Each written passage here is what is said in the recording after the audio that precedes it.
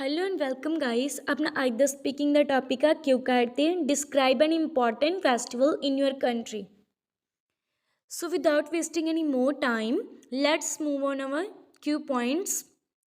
So first of all ਆਪਾਂ ਇਹਦੇ cues देखते हैं। ਵੈਨ द ਫੈਸਟੀਵਲ ਓਕਰਸ, ਉਹ ਫੈਸਟੀਵਲ ਕਦੋਂ ਹੁੰਦਾ ਆ। What you do during it, ਤੁਸੀਂ ਉਦੋਂ ਕੀ ਕਰਦੇ ਹੋ। ਵਟ ਯੂ ਲਾਈਕ ਔਰ ਡਿਸਲਾਈਕ ਅਬਾਊਟ ਇਟ, ਤੁਸੀਂ ਇਹਦੀ ਕੀ ਚੀਜ਼ ਲਾਈਕ ਕਰਦੇ ਹੋ ਅਤੇ ਕੀ ਚੀਜ਼ ਡਿਸਲਾਈਕ ਕਰਦੇ ਹੋ। And explain Y this festival is important, ਅਤੇ ਐਕਸਪਲੇਨ ਕਰੋ ਇਹ ਫੈਸਟੀਵਲ ਇੰਪੋਰਟੈਂਟ ਕਿਉਂ ਆ। ਸੋ ਸਭ ਤੋਂ ਪਹਿਲਾਂ ਆਪਾਂ ਕਰਾਂਗੇ ਇਨ ਦੀ introduction.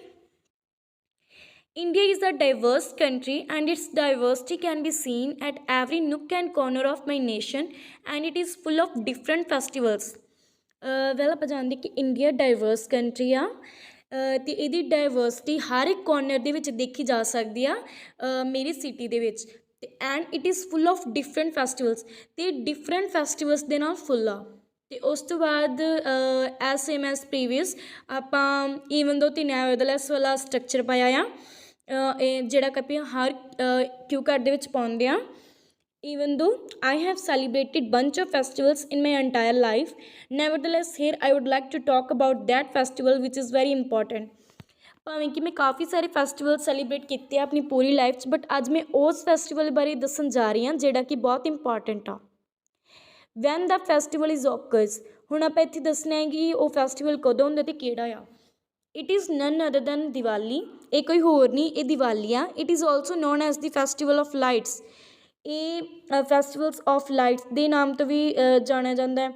This festival occurs either in month October or November, ਇੱਥੇ ਆਪਾਂ ਈਦਰ ਅਤੇ ਔਰ ਵਾਲਾ ਸਟਰਕਚਰ ਵੀ ਪਾਇਆ ਆ। ਲਾਈਕ ਇਹ ਜਾਂ ਤਾਂ ਅਕਤੂਬਰ 'ਚ ਹੁੰਦਾ ਅਤੇ ਜਾਂ ਫਿਰ ਨਵੰਬਰ 'ਚ ਹੁੰਦਾ ਹੈ। ਮੀਨਸ ਇਹਨਾਂ ਅਕਤੂਬਰ ਅਤੇ ਨਵੰਬਰ ਦੇ ਮੰਥ ਦੇ ਬਿਟਵੀਨ ਹੁੰਦਾ ਆ। This festival is celebrated for approximately 5 days, ਇਹ 5 ਦਿਨ ਅਪਰੋਕਸੀਮੇਟਲੀ ਇਹਨੂੰ ਸੈਲੀਬ੍ਰੇਟ ਕਰਦੇ ਆ।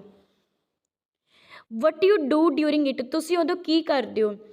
ਆਈ perform number of activities during this festival with my family members, ਮੈਂ ਉਸ ਦੌਰਾਨ ਕਾਫੀ ਸਾਰੀਆਂ ਐਕਟੀਵਿਟੀਜ਼ ਕਰਦੀ ਹਾਂ ਆਪਣੇ ਫੈਮਲੀ ਮੈਂਬਰਸ ਨਾਲ। First of all we clean our house before this festival, along with that we decorate it beautifully with colorful lights and candles.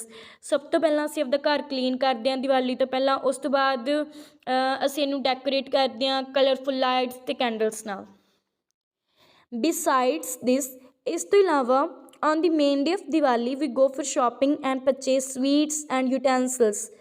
ਸੋ ਜਦੋਂ ਦੀਵਾਲੀ ਦਾ ਮੇਨ ਡੇ ਹੁੰਦਾ ਹੈ ਅਸੀਂ ਸ਼ੋਪਿੰਗ ਲਈ ਜਾਂਦੇ ਹਾਂ ਅਤੇ ਉੱਥੇ ਅਸੀਂ ਸਵੀਟਸ ਅਤੇ ਯੂਟੈਂਸਿਲਸ ਪਰਚੇਜ਼ ਕਰਦੇ ਹਾਂ। In the evening time, I go to the Gurdwara Sahib in order to pay obeisance in front of Shri Guru Granth Sahib Ji. ਸੋ ਸ਼ਾਮ ਦੇ ਵੇਲੇ ਮੈਂ ਗੁਰਦੁਆਰਾ ਸਾਹਿਬ ਜਾਂਦੀ ਹਾਂ ਸ਼੍ਰੀ ਗੁਰੂ ਗ੍ਰੰਥ ਸਾਹਿਬ ਜੀ ਅੱਗੇ ਸਿਰ ਨਿਵਾਉਣ। ਸੋ ਅੱਗੇ at the night time we light our house with earthen pots, so ਰਾਤ ਦੇ ਵੇਲੇ ਅਸੀਂ ਦੀਵੇ ਜਗਾਉਂਦੇ ਹਾਂ। ਮੀਨਸ ਅਰਥਨ ਪੋਟ ਮੀਨਸ ਦੀਵੇ, ਰਾਤ ਦੇ ਟਾਈਮ ਅਸੀਂ ਆਪਦੇ ਘਰ ਨੂੰ ਲਾਈਟ ਕਰਦੇ ਹਾਂ ਅਰਥਨ ਪੋਟਸ ਨਾਲ। ਓਕੇ, ਵਟ ਯੂ ਲਾਈਕ ਔਰ ਡਿਸਲਾਈਕ ਅਬਾਊਟ ਇਟ, ਤੁਸੀਂ ਕੀ ਚੀਜ਼ ਲਾਈਕ ਕਰਦੇ ਹੋ ਜਾਂ ਡਿਸਲਾਈਕ, ਮੀਨਸ ਆਪਣੀ ਪ੍ਰੈਫਰੈਂਸ ਦੱਸਣੀ ਕਿ ਤੁਸੀਂ ਲਾਈਕ ਕਰਦੇ ਹੋ ਜਾਂ ਡਿਸਲਾਈਕ ਕਰਦੇ ਹੋ। So if I talk about my preference, I really like this festival because I love to see the entire country lit up on this day, there is no darkness in a single corner. ਜੇਕਰ ਮੈਂ ਆਪਣੀ preference ਬਾਰੇ ਦੱਸਾਂ, ਮੈਂ ਇਹ festival ਬਹੁਤ ਪਸੰਦ ਕਰਦੀ ਹਾਂ ਬਿਕੋਜ਼ ਐਟ ਦਿਸ ਮਤਲਬ ਲਿਟਅਪ ਹੁੰਦਾ ਹੈ ਕਿ ਜਗਮਗਾਉਣਾ, ਇਹ ਉਦੋਂ ਸਾਰੀ ਕੰਟਰੀ ਜਗਮਗਾ ਰਹੀ ਹੁੰਦੀ ਆ ਅਤੇ ਕਿਤੇ ਵੀ ਕਿਸੇ ਵੀ ਕੋਰਨਰ ਦੇ ਵਿੱਚ ਹਨੇਰਾ ਨਹੀਂ ਹੁੰਦਾ। However I dislike one thing about it, but ਮੈਂ ਇੱਕ ਚੀਜ਼ ਦੀ ਡਿਸਲਾਈਕ ਕਰਦੀ ਹਾਂ। Some people fire crackers on this day which contaminates our environment, ਜਿਵੇਂ ਕਿ ਕਈ ਲੋਕ ਪਟਾਕੇ ਚਲਾਉਂਦੇ ਆ ਜਿਹੜਾ ਆਪਣੇ ਇਨਵਾਇਰਮੈਂਟ ਨੂੰ ਪਲਿਊਟ ਕਰਦਾ ਆ। Explain why you think it is important, explain ਕਰੋ ਇਹ ਇੰਪੋਰਟੈਂਟ ਕਿਉਂ ਆ। Truly speaking this festival is important because of some potential reasons, ਇਹ ਇੰਪੋਰਟੈਂਟ ਆ because of some potential reasons. On the one hand this festival brings all religions together spreading the message of unity. ਇੱਕ ਪਾਸੇ ਤਾਂ ਇਹ ਜਿਵੇਂ ਨਾ ਸਾਰੇ ਰਿਲੀਜਨਸ ਨੂੰ ਇਕੱਠਾ ਕਰ ਦਿੰਦਾ ਹੈ ਅਤੇ ਯੂਨਿਟੀ ਦਾ ਮੈਸੇਜ ਸਪਰੈਡ ਕਰਦਾ ਆ। On the other hand it is not only related to the Sikh history but it is also related to the Hindu history.